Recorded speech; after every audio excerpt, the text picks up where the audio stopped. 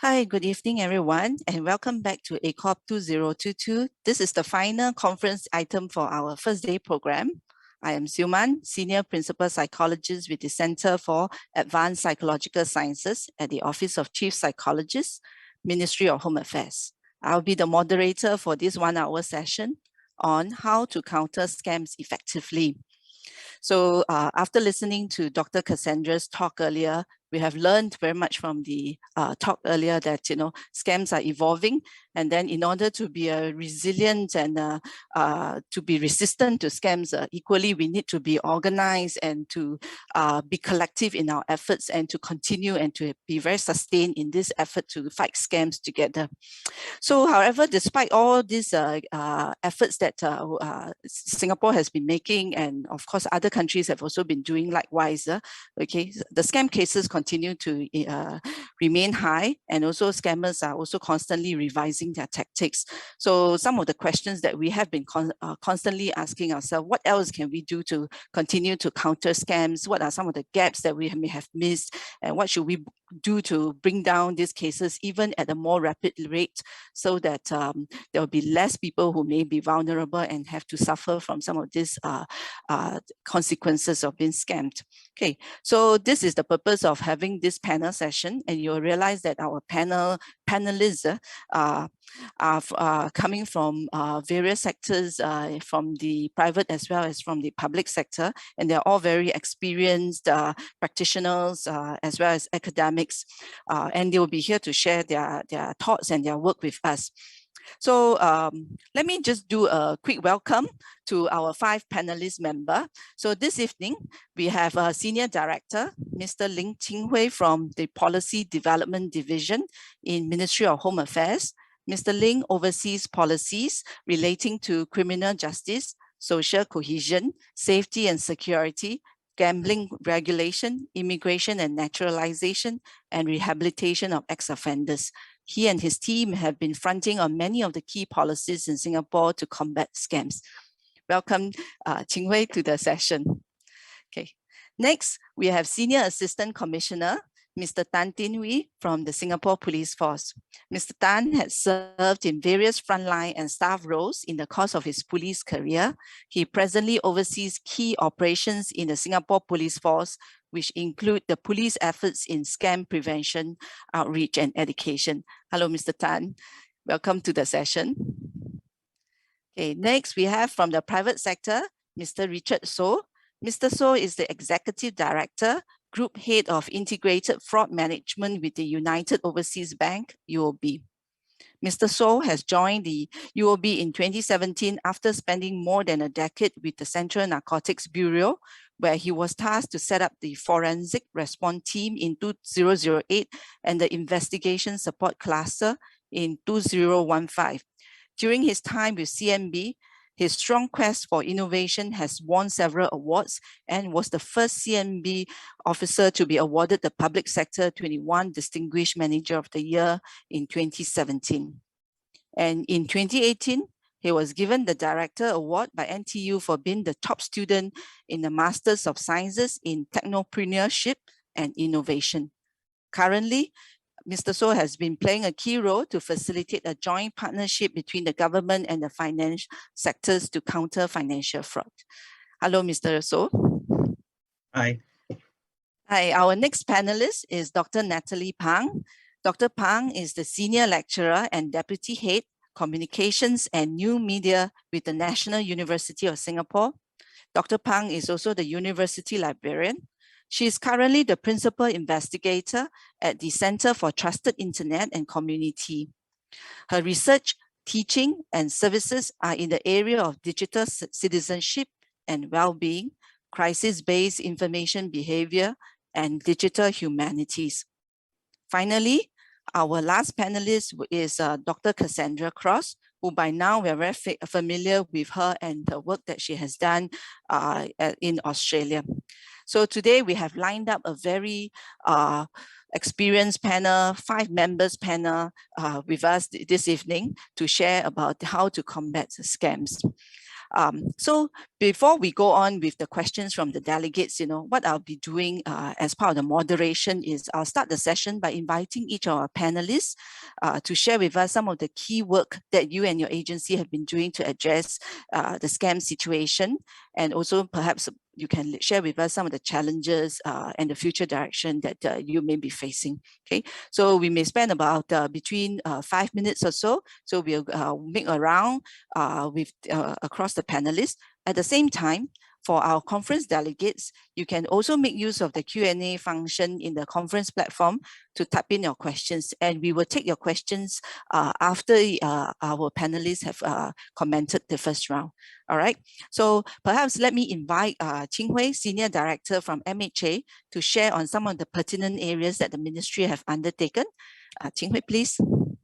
Okay, thank you, Suman. Thank you everybody for joining us at this conference today. And I would like to thank the organizers for inviting me, as well as putting together a very well-organized conference for all of us to share our thoughts.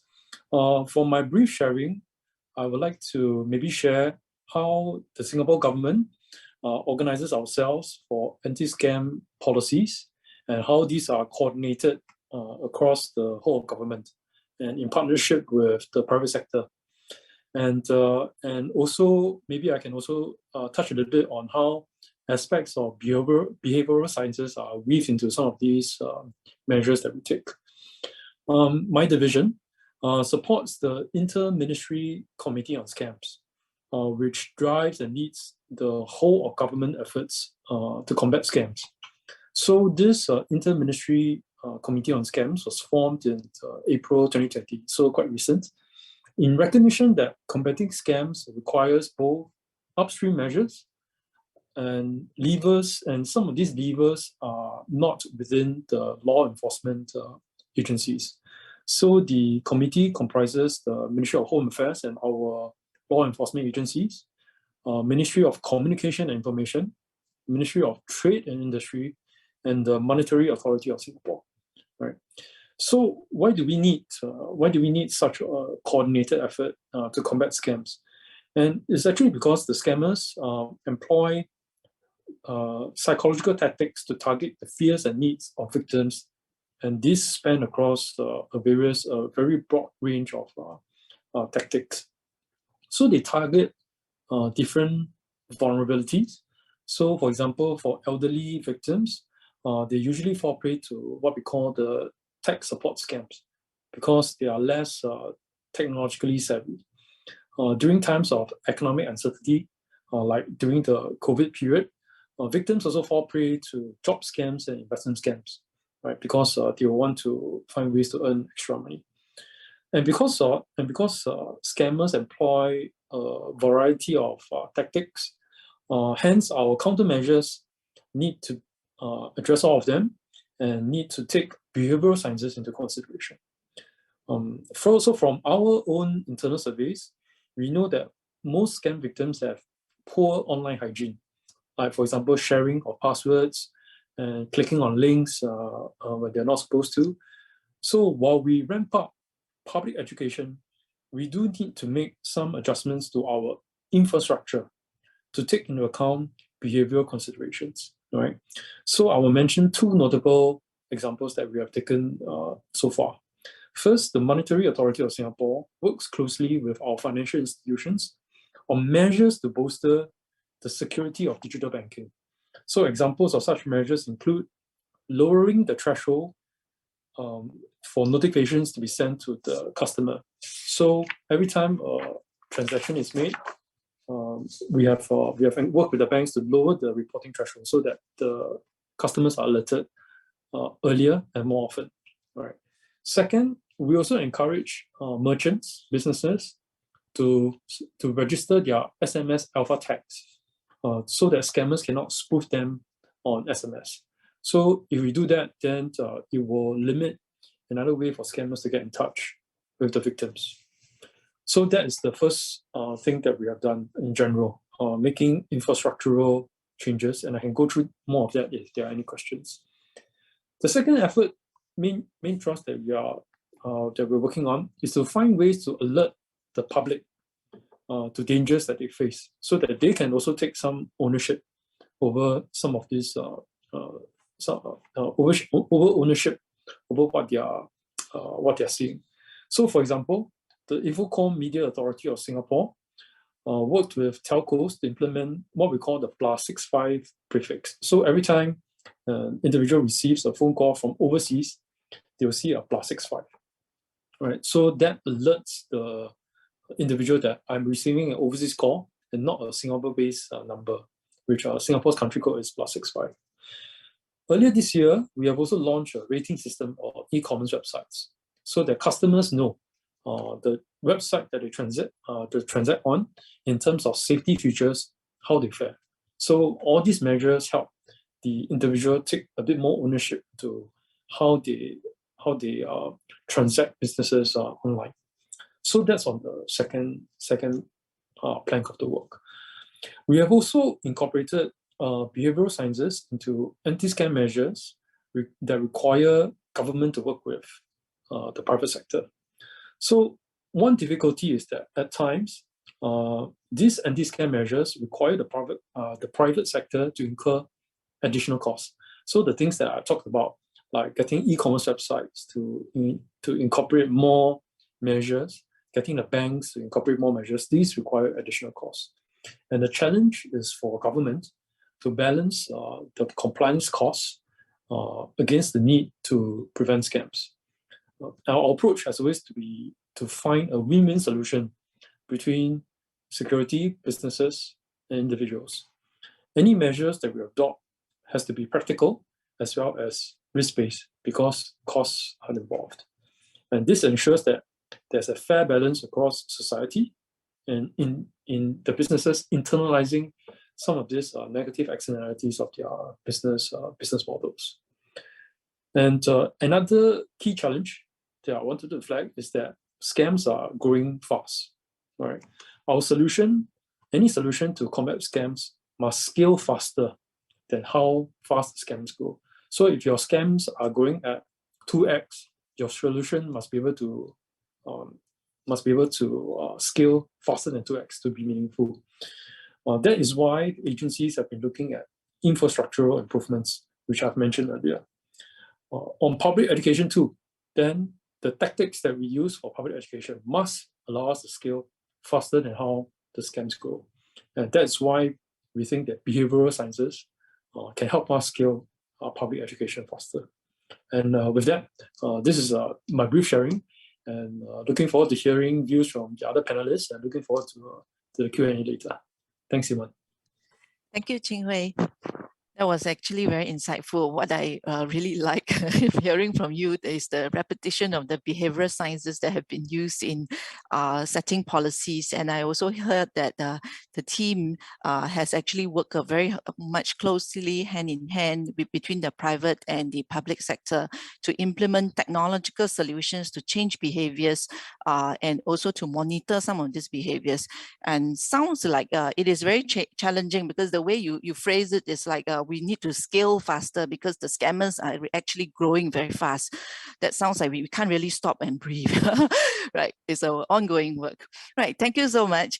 So next I'd like to invite Tin Wee, Senior Assistant Commissioner from the Singapore Police Force. Tin Wee, can you share with us some of the significant work and that the SPF has been pushing? I know that you have been doing a lot in the area of prevention education. Perhaps there are a lot more that you would like to share with our conference delegates. Yeah, thanks, Simon. Thanks for the introduction. I heard Dr. Cross's keynote earlier, and she was lamenting that, scams are actually a very low priority for some of the police forces. I'm happy to tell her that, well, that's not the case in Singapore. I think scams actually make up a large proportion of the crimes that happen in Singapore. I think it comes up to about half now, right? And it's something that we are quite concerned with. In fact, we just set up an anti-scam command. We have officers that's dedicated to looking at and solving this scourge, right? Actually, Ching Hui has talked a lot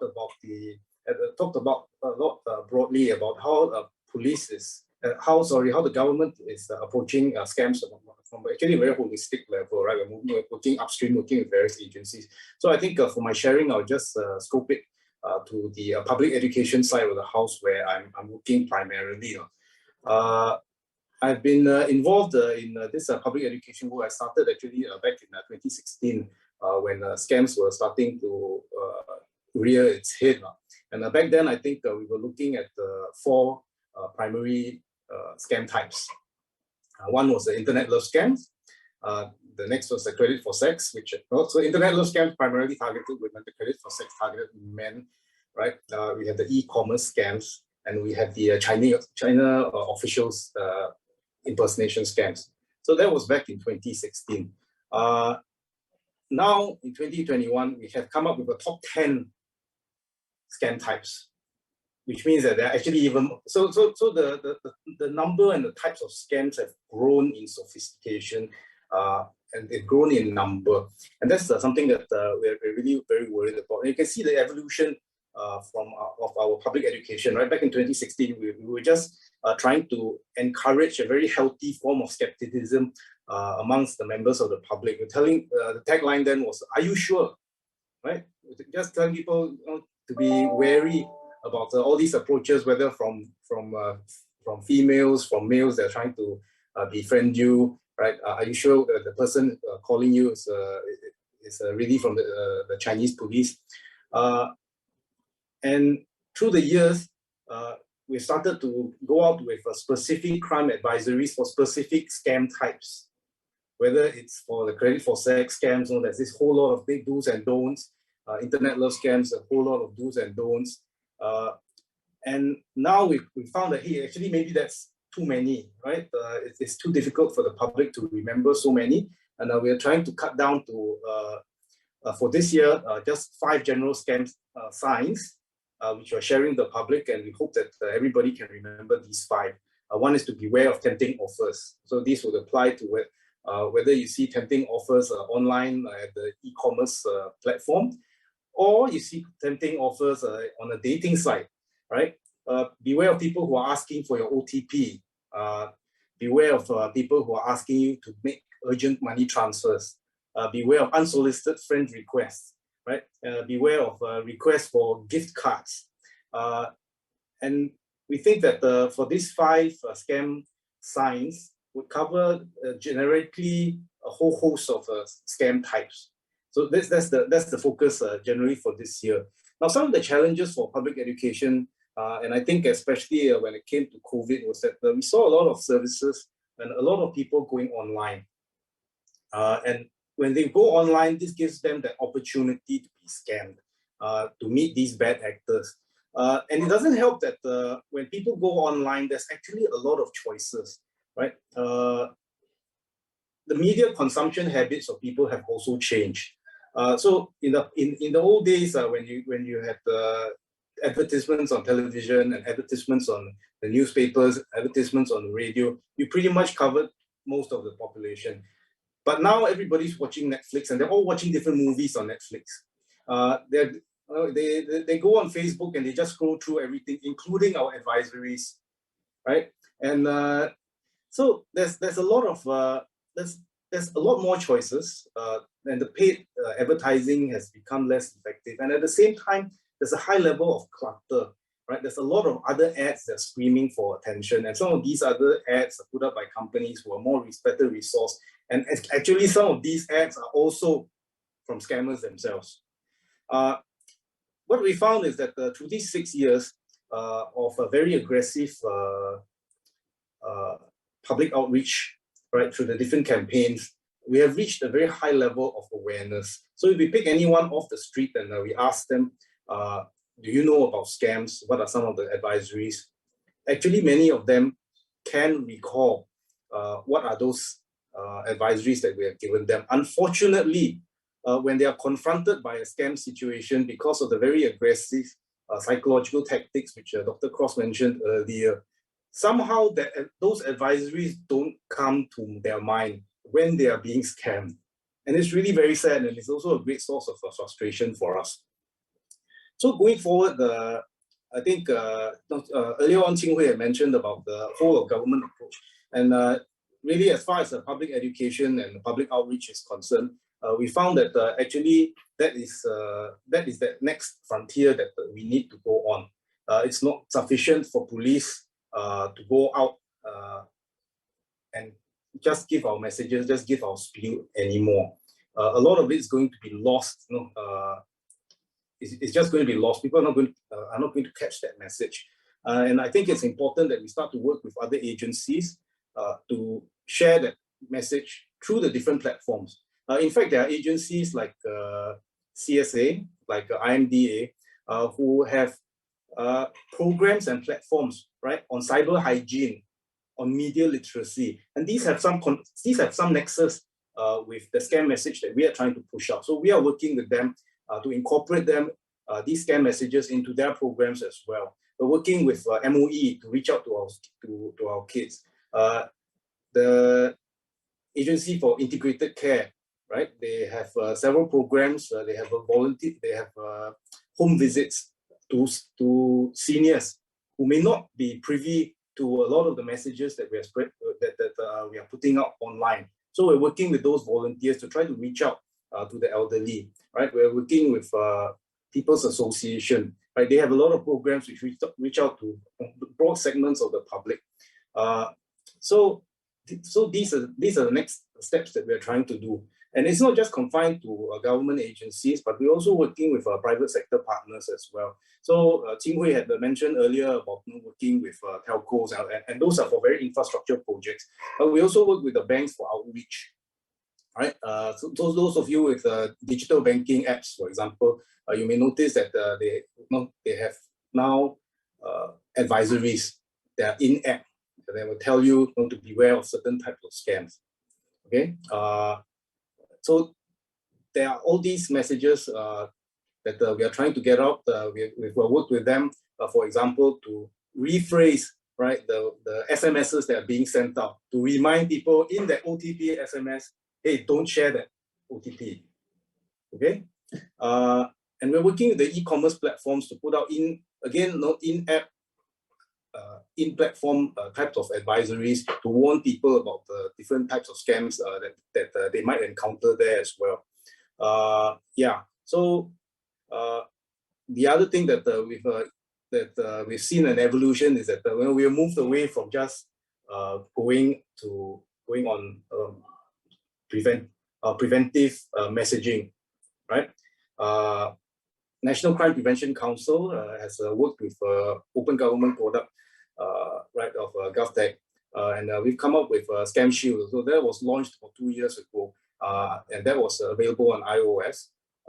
And that's an app that seeks to protect users from receiving scam messages, from receiving scam phone calls. Okay, and we're also starting to look at all these other technical solutions that can help to protect that end user, the general public. Yeah.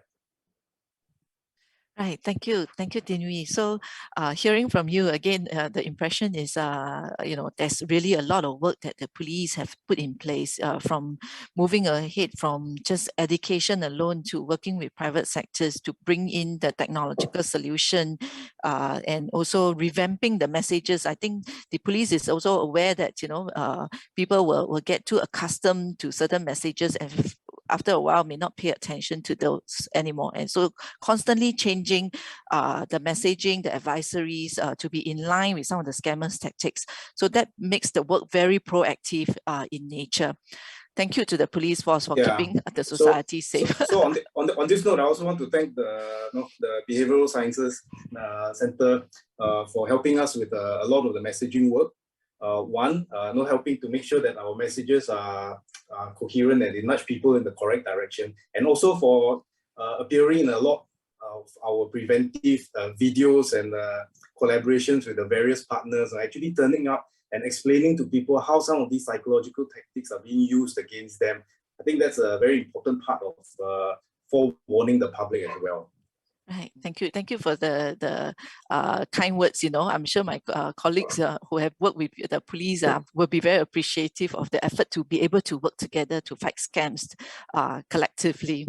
Right. Thank you. Thank you, Dewi. So now let me invite Richard to share some of the initiatives, you know, from the banking and the finance sectors on how to look into cyber safety, managing cyber risks. You know, so Richard, over to you. Hey, good evening, Suman. Good evening, fair panelists and ladies and gentlemen. I know it's 9:25, so I'll keep it short and sharp. Okay, but before I forget, okay, I also want to thank the Science team for the support, especially for banks. Right, we invited. I mean, because I personally know Dr. Manjit, he trained me. Okay, in peer counseling. So I invited his team to give a talk to my bank colleagues, right, in terms of behavioral science, okay, on the psychological profile of those internet love scam victims back in 2019, okay, and we were much to invite them back again. Okay? Now, coming from a law enforcement background and now in the bank for 5 years, at least I have the best of both worlds, in both public and private sector. Now, our banks have been supporting the police, okay, in terms of scam fightings, and there are 3 broad areas which I will list down. Firstly, in terms of operation. Now, whenever a customer reports a scam case, banks will quickly help the police, right, and the victims, right, to recover the funds. So we trace the funds and recover the funds. So I want to pay special tribute, okay, to our colleagues from the Anti-Scam Center. Okay, they've been working endlessly, tirelessly around the clock, okay, to work with the banks to help to recover the funds for the scam victims. It's 24/7, you know, yeah. And not only that, right, okay, we also work closely with the police, right, in terms of organizing all those fraud intelligence, okay, and information to share with them, so that they can also to go after those scams as well, and all those money mules. The second is in terms of information, okay. So through system-wise and also through database-wise, okay, we will share, banks will share information among ourselves and also with the police, so that it can enhance the detection skills, and not only that, in terms of detection capabilities. Lastly, in terms of education. Earlier, Dr. Cross has mentioned about education, okay, to help the customers or the victims to better aware, okay, of the dangers all around, okay. And it also mentioned by Ting Wei, okay, and also sorry, Jing Wei and also Ting Wei as well. So as far as banks is concerned, right, okay, we firmly believe in education, okay, in 2 areas. One is not only to customers, and one is our bank staff. Okay, or why? Let me explain. Firstly, to customers, it's correct point that there have been a lot of those customer education, predominantly through via those advisories. Okay, you can see in Tomorrow app, sorry, in our UOB Tomorrow app, and also in those EDMs, and also in the media. Okay, so those customers are bombarded with all these messages. But of course, $1 million question: how come there are still customers who fell victim to scam? And that's something which banks wise we also want to understand a bit more. I mean, is there something wrong with our messages, or did we reach to the wrong target audience? And that's also another area which I often consult Dr. Manjit and his team and say, look, is there a better way to see how can we frame, or how do we put out our messages to reach the right audience? We are working closely with the police, with our regulators on this as well. That's why you can see more and more creative kind of like customer education are going through various platforms, especially via social media. If you recall, one of our bank even engaged Mr. Brown to warn the public, okay, on providing those OTPs to the victims as well. Okay, so in terms of customer education, right, has been on the rise. Next, I'm talking about, okay, bank staff. Why? Because bank staff, they are also bank customers too, so they must also be vigilant themselves, so that they can also advise customers. And how do banks we train our staff, right? Okay, is not only internally, we also, okay, invite the Singapore Police Force, predominantly the Anti-Scam Center. We also invite Dr. Majid team, okay, to train our staff, to let them know that, look, okay, there are signs, okay, there are red flag signs to identify scam victims. Last April, okay, UOB, we had a collaboration with Anti-Scam Center to develop a checklist known as SPOT framework. Okay, and this SPOT framework is a checklist of questions that give to our frontline colleagues at the branches, okay, to better identify those scam victims, to ask them at least 5 questions, okay, in various scam scenario, so that our frontline officers, right, can see, hey, can better detect, hey, is this customer a scam victim or not? Okay, and we came up with this question together with the ASC, okay, and let's say, for example, internet adverse scam victim, okay, when let's say a customer who's not, most of the times appear in those cases which the customer are not very familiar with internet banking, okay. They may be instructed by the scammers or a fake boyfriend or girlfriend to transfer money to an overseas account. And when that happened, okay, our bank staff will then ask customers a few questions, like, for example, do you know this person? Have you talked to this person before? Okay, how do you know this person? Okay, this account, we noticed that you never transferred before. Have you spoke to a family member, or do you wish to speak to a police officer? Things like that. Through the responses, okay, our bank staff will be much better to see whether is this customer likely to be a scam victim. Okay, and through all those that, then our bank staff will then alert us. Okay, and we then will speak to the scam center and say, look, I think our customer is a scam victim. We require your help. Okay, so from that kind of framework, right, we are able to stop at least prevent at least about $1 million of loss, okay, from our customers. And that's very important because, right, okay, most of the victims, okay, when you go to the branches to do those internet overseas transfers, most of the time, right, are those elderly customers who are not very familiar with internet banking. So that's why they go to the branches. And for bank staff, right, frontline bank staff, they are the front line. They are the first line of defense. If that defense break, scammers will get whatever they want, victims. And that's something which we do not want to see happen to our customers. Okay, and through these 3 broad areas, right? Okay, the banks are working not only working closely with the police. Okay, we also work very closely with the regulators, and we want to ensure that the community, the banking community, is safe. Okay, like echoed by the Minister of State Desmond Tan last year in the Parliament speech, he said that, okay, in terms, it takes a community effort, okay, a whole community, to make sure that, okay, the scammers do not take advantage of the Singapore citizen. Okay, banks themselves cannot work alone to combat scams. Okay, police, okay, the whole community, general public, okay, as long as we are vigilant, we protect each other, we share messages of those anti-scam, okay, with our families, with our friends, with our customers, then the society will be much better protected against the scammers. Okay, thank you. Right. Thank you, Richard. That is very inspiring. In fact, I thought hearing from you that the banks are actually coming together, as one collective whole, as an association to protect the customer interest and also to protect the bank's interest as well. And I thought what I hear from you is also empowering the bank staff and also empowering the bank customers in terms of education, in terms of alerting the bank staff on what to look out for. Because I hear from you that the bank staff are also customers themselves. So putting themselves in the shoes to work with the customers like elderly victims and therefore collectively work with the police and together with the community to fight scams together. Really very heartened to know that my money is safe. Right. Okay, thank you, Richard. Right. So now let me invite our 4th panelist, Natalie. Sorry to keep you waiting. I think we have a lot of interesting experiences here. So Natalie, the time over to you. Can you share with us some of the work that you have done in the area of communications and cyber behaviors, and what can we do in the area of scam prevention? Sure.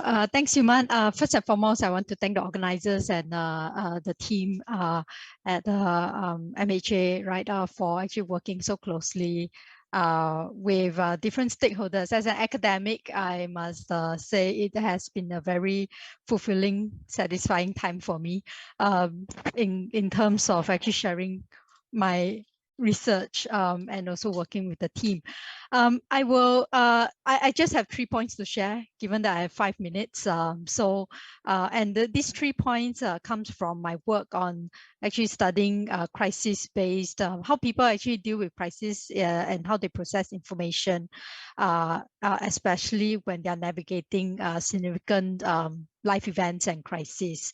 And the 3 points I'm going to share also comes from part of my work in terms of working with students and colleagues in running basic research, conducting basic research with different populations, especially seniors and also young people, right? And how they actually come up, based on the research, come up with communication campaigns in response to actually, or rather with the goal of actually really helping these groups of people to actually deal with scams that might encounter. So the first point I want to share is I think really speaks to something that my fellow panelist Tim Wee was sharing before. The information is there, but when it comes to the situation, right, it may not translate into action.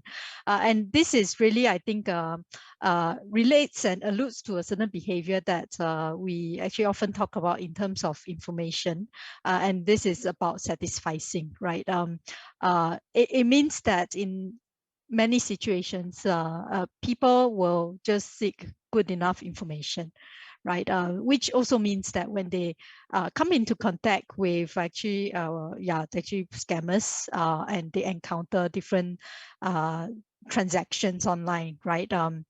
If there's enough cues for them to think that, okay, this is good enough or this is actually credible enough, they will go for it, right?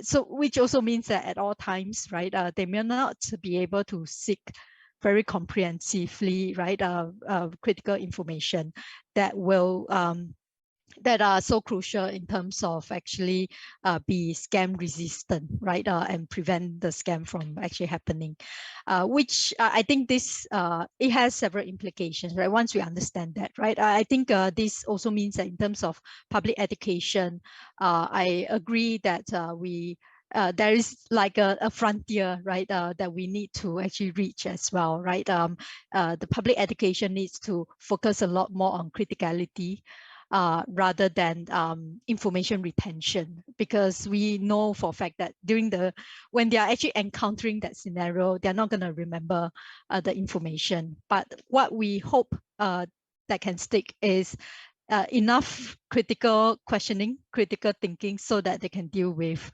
the nuances, the variations in a situation. So I think that's my first point. I also, my second point is actually about resilience. And I saw that, in fact, there was a question earlier during Dr. Cross' keynote, right? A question that came through about whether we should be scam resilient, scam prevention, or what, scam avoidance, or what is our stance. I really kind of advocate our position to be scam resilient. And this has, let me explain why, right? I think it's I think suffice to say, right, it will only escalate, right? I've been following developments, especially in Web3 and also Metaverse for a while now. I think while a lot of these, actually many of these new technologies are fascinating, exciting, it has many possibilities, but they are also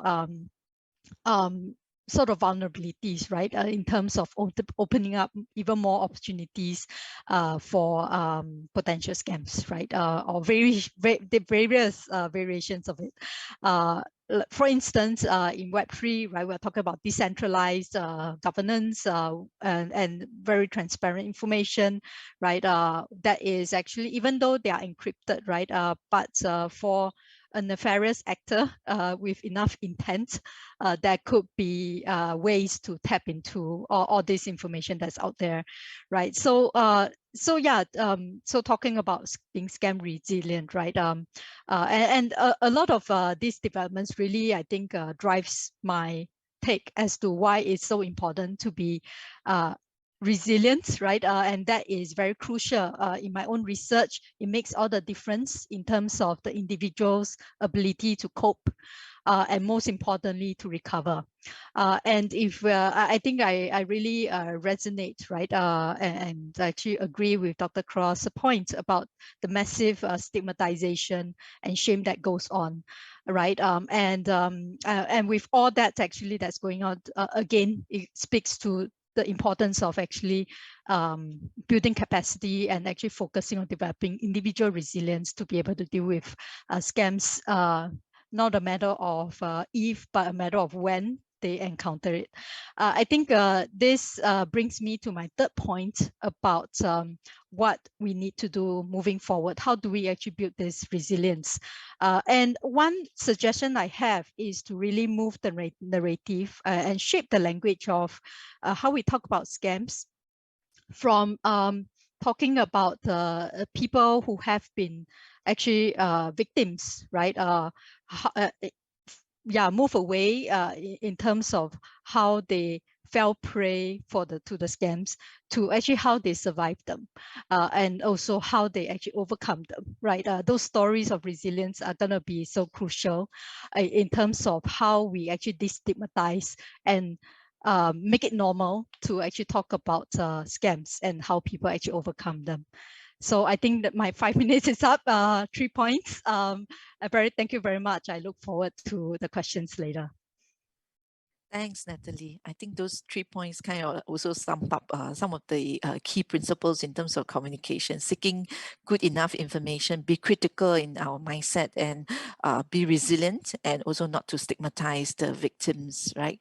Okay, I think that is a very nice way of putting it. Thanks. Okay, now let us hear from Dr. Cross. Dr. Cross, would you like to share a little bit more, since it's a panel? I know you have shared quite a lot of your work earlier, but what other thoughts that you have? Thank you very much. Well, I have shared a lot. You have heard me speak quite a bit about this. I just want to reiterate everything that my fellow panelists have said. It is so refreshing and so, I guess, positive to be in a panel with individuals who are talking about actions. And I'm certainly learning a lot about Singapore tonight, and I'm loving everything that I'm hearing. So just in terms of, I guess, the acknowledgement around having a coordinated approach that was spoke about earlier, and then the focus, Tinwei, around policing, it's fabulous to hear that. I think I would like to pick up a point that Richard made, I guess, from the banking sector. And I've done some work here in Australia with some banks. And I think one of the challenges that we face in this area broadly is understanding the tactics that offenders use. And that's certainly one program of research that needs more effort into it. But also then on the flip side, thinking about victim behaviours and actions and responses to those tactics. So I think the asking of questions is fabulous to try and determine whether or not a customer is potentially a victim. And I think what we learned here in the Australian context is that the potential kind of red flags or indicators for fraud victimization for these types of frauds are very different to what we know from other types of frauds. So in many of these cases, these are kind of victim-initiated transactions where the victim is willingly transferring money, and albeit under deceptive circumstances, they are initiating the transaction and they are the ones that are approving and authorizing the transaction. And the red flags that would usually pop up for card not present fraud or money laundering or kind of all those other categories, they just don't resonate in these circumstances. So I think that's one of the big challenges that banks face, that everyone faces in terms of being able to identify what some of those potential red flags could be in this context. I think it will be different for different types of frauds if we think about the romance, the loved ones, compared to investment, etc. And that, I think, is an area where if we can learn more, then we hopefully can make some inroads into trying to disrupt and prevent the transactions from taking place. I might just leave it there because I'm keen to get some questions from the others, and yeah, I'll just leave it there. Right.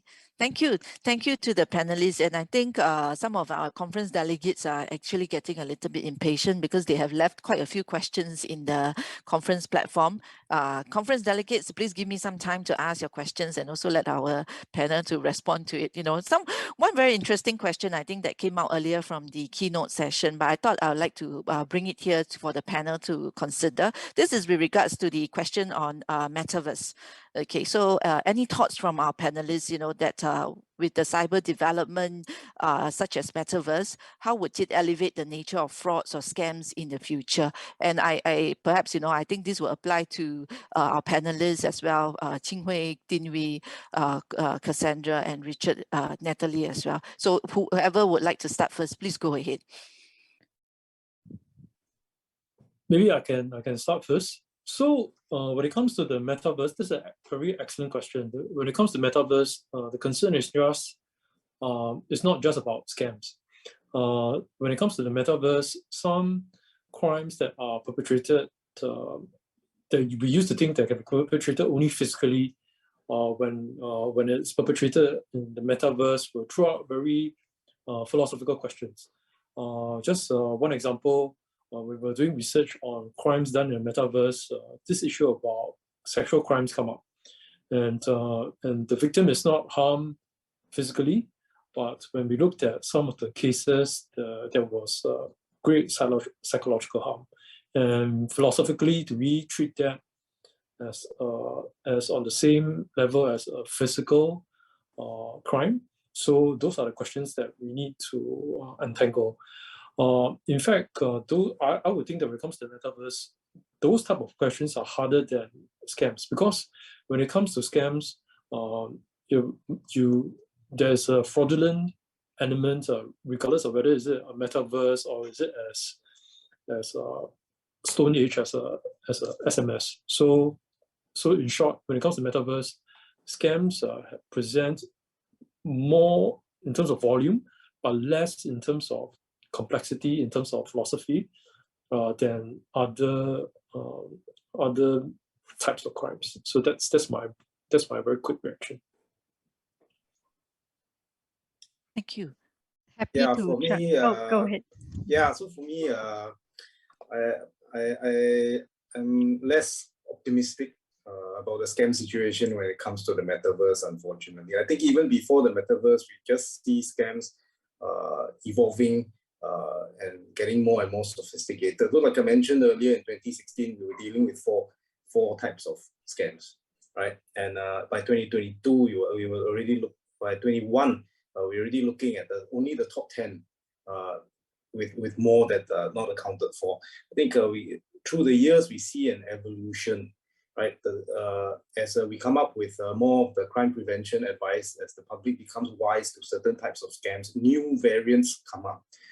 Job scams, for example, were almost unheard of by 2019. 2020, we started to see a small pickup, and then it really, hit the roof in 2021. Phishing scams came to the fore in about in 2020, late 2019. E-commerce scams have been around for a very long time. Internet love scams have been around a long time. So my point is that it's going to be a constantly evolving game.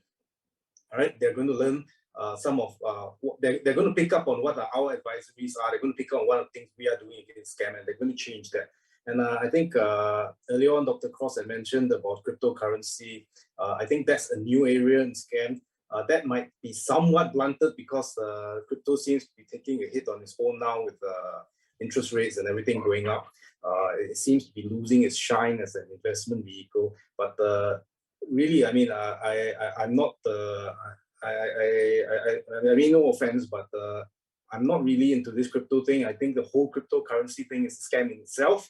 But it's being used to perpetrate a lot of scams, whether it's a ransomware or any type of love scams. What the real legitimate use case for crypto seems far and few between. And when you go to the metaverse and people start transacting and engaging and interacting there, I can only foresee new scams taking place. And I think we had mentioned earlier, a lot of the scams that we see today are still bound by some form of geography. The banks are based in certain countries. You move the monies from country to country, and there are things that the police can do if we manage to trace the money trails properly, and if the police forces can get together, there are things that we can do. In fact, we have worked with Hong Kong police, we've worked with the Chinese police, we've worked with the Malaysian police to bring down certain of these scam syndicates when we are able to make those connections. But when you go onto the metaverse and you use cryptocurrency, everything's on a blockchain which nobody else can access. There's a whole new different level of complexity there, and I'm not sure that the governments, the various enforcement agencies have got a hold on this crypto at this point in time. It's something that we really need to look at. Yeah. Okay, just a quick one. Okay, share the same views as Ting Wei and Ching Wei. Okay, scams. Okay, when I first joined the bank, right, in 2017, scam cases weren't that much. I remember it was only the most double digit, but now it has risen so much that it's really out of all of us expectations. And one of the end game, right, for scam cases, right, is that they withdraw money, they transfer to other offshore accounts, or they convert to cryptocurrency. Okay, and that is something which I think not only the banks, the police, right, they are also trying their very best to stop the money from convert to cryptocurrencies. And when that happens, right, I mean, to be very frank, it's very difficult to recover for our teams. Okay.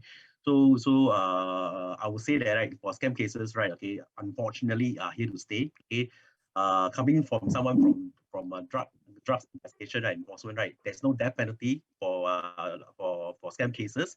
But I'm quite sure these criminal syndicates, right, they will still continue to invest heavily, okay, in this very lucrative business, okay.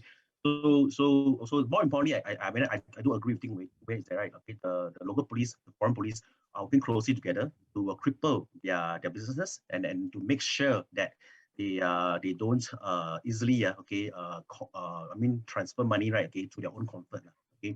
And that's where government agencies, right, all over the world, we have to work closely with one another, okay, because I will say our enemies, right, are the scammers. Okay, we need to work with each other, right, to fight against them. Okay, that's from the private sector point of view. Thank you. I'll just chime in very quickly because I see questions spilling over. I think actually talking about metaverse requires maybe half a day to unpack. There are so many issues here, law and jurisdiction, right? What does it mean to own a property in metaverse, right? The metaverse has its own virtual marketplace and money currency as well. So it takes a lot to unpack, but ultimately I think we're dealing with new potential norms, right? The emergence of new norms associated with the metaverse. What are I do agree that scams will not be the only thing that we got to be concerned about. Right. Thank you. So it looks like the metaverse will be something that we need to really watch out for, not just scams, but could be a new different set of norms and behaviors. Okay, I think let me move to the next question from the delegates. How do we promote vigilant attitudes and cultivate resilience against scam threats while guarding against the scam fatigue among the public? I think Natalie earlier addressed this a little bit, but I think what the delegates are also asking is the fatigue level, is also rising within the population, the community. How do we continue to move ahead from a vigilance at the same time bearing in mind the fatigue levels? Again, anyone who would like to take this question?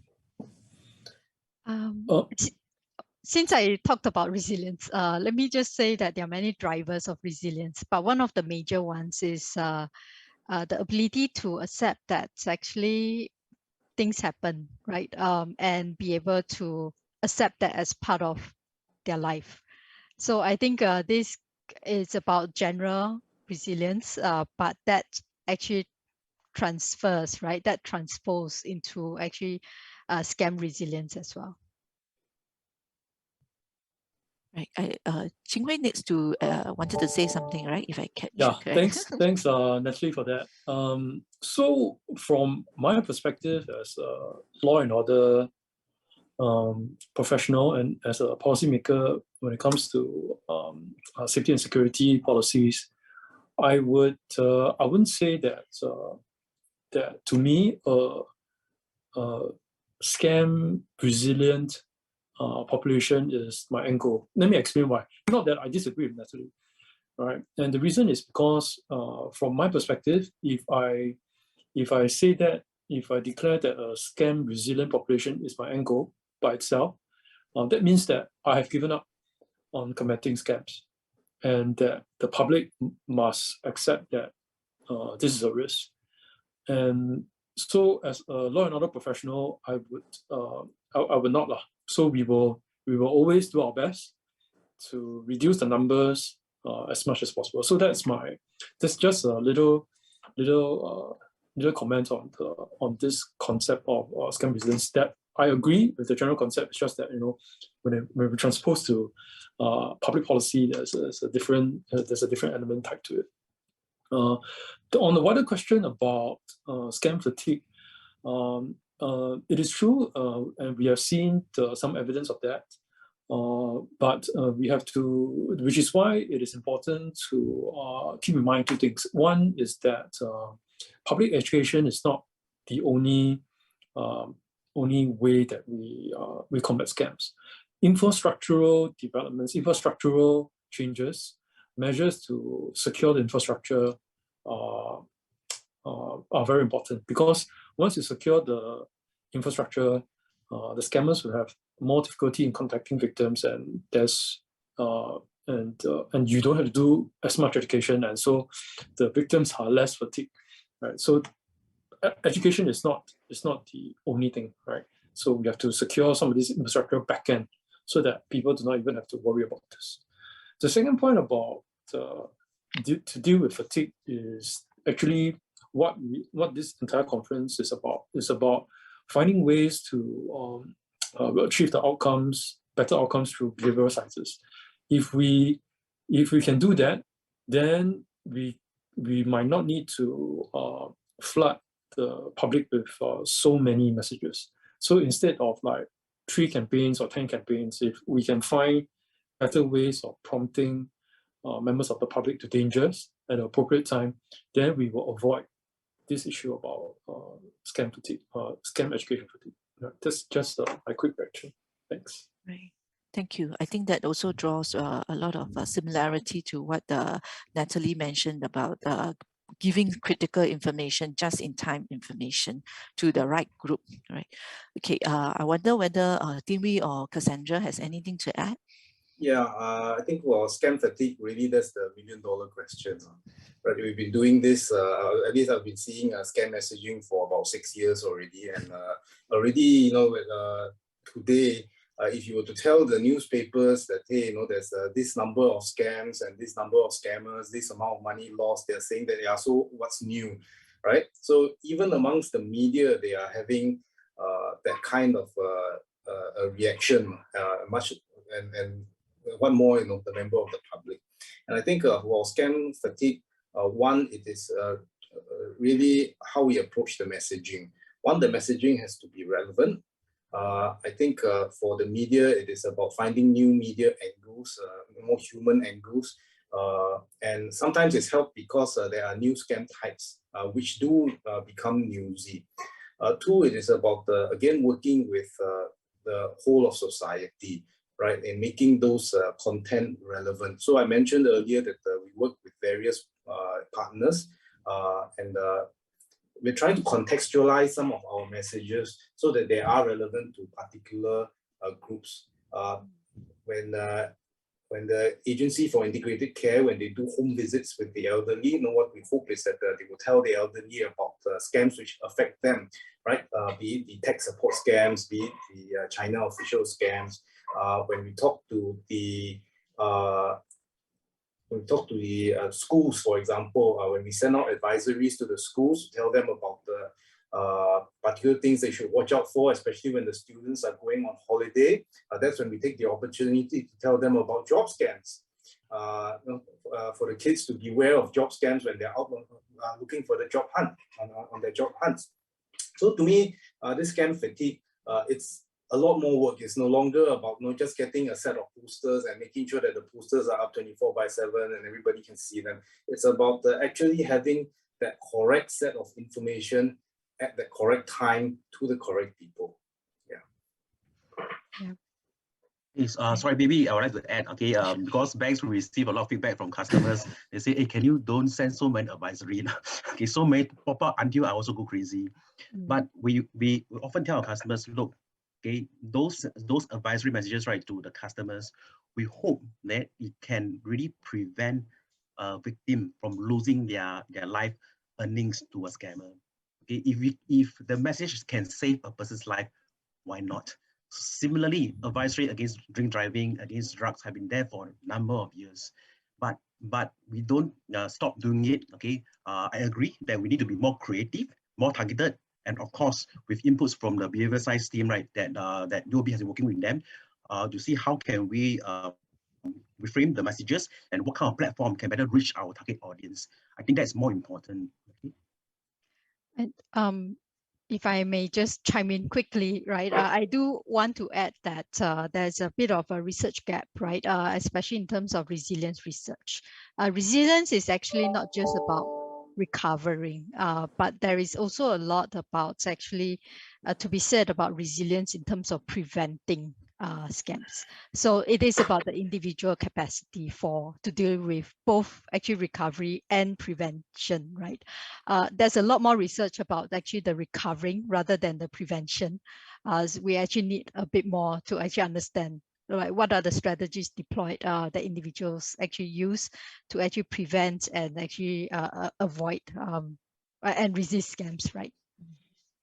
So there's a lot more to be done at the upstream level. Yes. Right. Yes. I wonder, Dr. Cassandra, would you have anything to add? I don't specifically have anything to add. I think everything has been said really that I could say. So I'm happy to take the next question. Okay. So unfortunately, the team at the back end, who have been working throughout the whole day at the conference have been telling me that, we have overrun by 1 minute. So we will have to end the panel session today. I know that there are a lot of questions and the discussion is, just getting into a very interesting aspect. We should have asked for a longer time for panel session, really. But we can also see that how this comes about is because we have 5 very passionate panelists here this evening, who have done a lot of work to combat and to counter scams, and they are really passionate to share their thoughts and their work with us. So I thought I'll just sum up very quickly that what we have learned today, that we cannot actually let our guards down in terms from the agency level, from the public or from the private agency in terms of fighting scams. As the individual, while we have a role to play, collectively we can actually achieve more to be a more resilient, resistant society against scams. Don't even let scams, come into and make us susceptible. So the coordinated effort to be between the different agencies, community, public, law enforcement is an important feature in order for us to be an organized society, taking the words from Cassandra earlier. Okay, and I also learned that, we have to use behavioral sciences. There's so much that the scammers have been using in terms of their persuasive and their deceptive methods. So we need to use behavioral sciences to counteract, and behavioral sciences from our experts in the panel also has its merits because it can reduce fatigue when used correctly. When we give things to the right group, give information to the right amount, critical information will be just as effective. And finally, I think because this is a research conference, I also learned that, there's a lot more research that we can do collectively to help in terms of our policy implementation, understanding the scammers' action since it is evolving. Looking into cyberspace, metaverse will be a new area for us to understand. Also understanding victims' responses. I learned that, how the banks did it, very empowering and very empathetic manner. And that also helped to destigmatize the victims' experiences. And collectively, we can also help them recover.